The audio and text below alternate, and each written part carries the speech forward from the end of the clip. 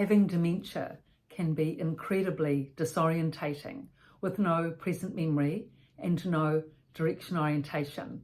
There's no anchor to be able to stabilize yourself, and so it's a very stressful experience because of this, unless you can engage your IQ, which many dementia residents do. Intellectual intelligence, which dementia residents coming in have maintained through doing activities such as crosswords, word games, and quizzes, and also reading the newspaper in depth and detail, not just a skim. So 2 to 3 hours a day of cognitive engagement, IQ, intellectual intelligence work, enables the person with dementia to ground their thinking, to stimulate their cognition, and give a counterbalance to the distressing dementia symptoms. And in fact, they can do quite well. When people that engage their cognition in this way, often former school teachers, university lecturers, or people that have had a career involved in thinking, teaching, understanding and reasoning, researchers, when they continue these activities and come into a dementia unit, they have such a big advantage on other people because they're engaging their cognition. They can communicate, they have focus, they have concentration, and when they feel themselves spinning out or going off beam or off kilter, they'll just go back to reading or their crossword or something that will actually ground them again so that they can get their cognition going.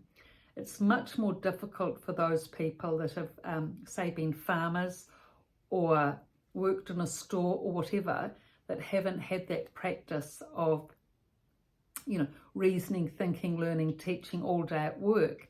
And so they haven't really had the interest of crosswords or quizzes.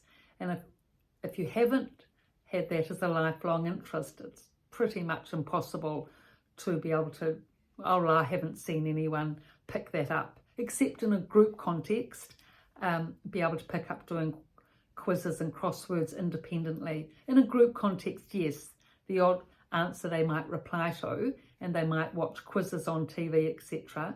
But to sit down and actually do a full big crossword and fill out the lot as these former teachers and lecturers do, that takes ability before entering the unit to be able to continue doing that after entering the unit. So keeping this cognition going and establishing this cognition is really very important, because otherwise the person has nothing to be able to harness their thinking with, unless there's formal activities. That of course helps a lot. That's why activities are so important in dementia units, especially if they focus around such things as the newspaper reading. That's a great way to garner cognition and establish focus and concentration, as long as the dementia resident is actually engaging and listening and imbibing and responding with speech. That's how, of course, you know that they're harnessing their cognition. Then that's very good. And with that speaking and communicating, then of course they start to establish friendships in the group, and that community starts becoming established. And if the person is really, if they're an effort maker, so to speak, if they enjoy making the effort and they've got the wish and will to learn and engage and get their thinking going, and they're inspired by others and seeing them making the effort and communicating, if they go to all the activities and partake in that, then even if they don't do the crosswords and quizzes independently, they can still actually do quite well, especially if the community at large, even if only a third of the people in the dementia unit, even a quarter, are engaged in these activities. They can stimulate each other's thinking, and there's a lot of benefit as a result. So I've written about these topics in both these books, The Resident's Voice and The Resident's Rise, both from a dementia unit, especially for relatives, well, really for the residents and the relatives. Firstly, to explain how the residents, the dementia residents' experience of living in a dementia unit. That's why I've written both these books, because they are invisible, really. They don't have a voice. They deserve to be heard.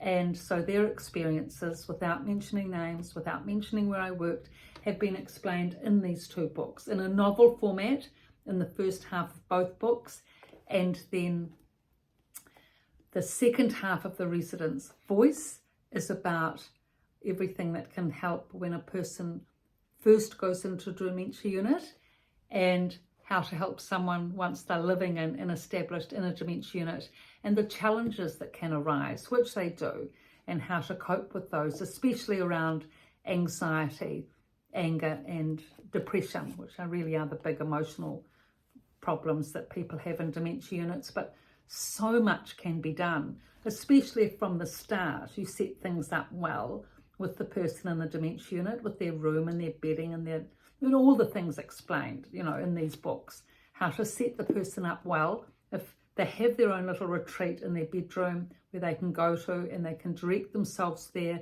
they know how to get there, the room's identifiable, the door's identifiable, everything's in place. This goes a long way for them to be able to have a stable, settled time in a dementia unit. Really, it's extremely important, because from there, once they have that calm enough to be able to manage living in a dementia unit, then from there they can build the confidence back to be able to create connections and meet people and have a quality of life in a dementia unit. So thank you for your responses and your looks, and I'm seeing all the activity, YouTube and TikTok. Thank you so much. Please pass on the links, and thank you for the surge. Thank you.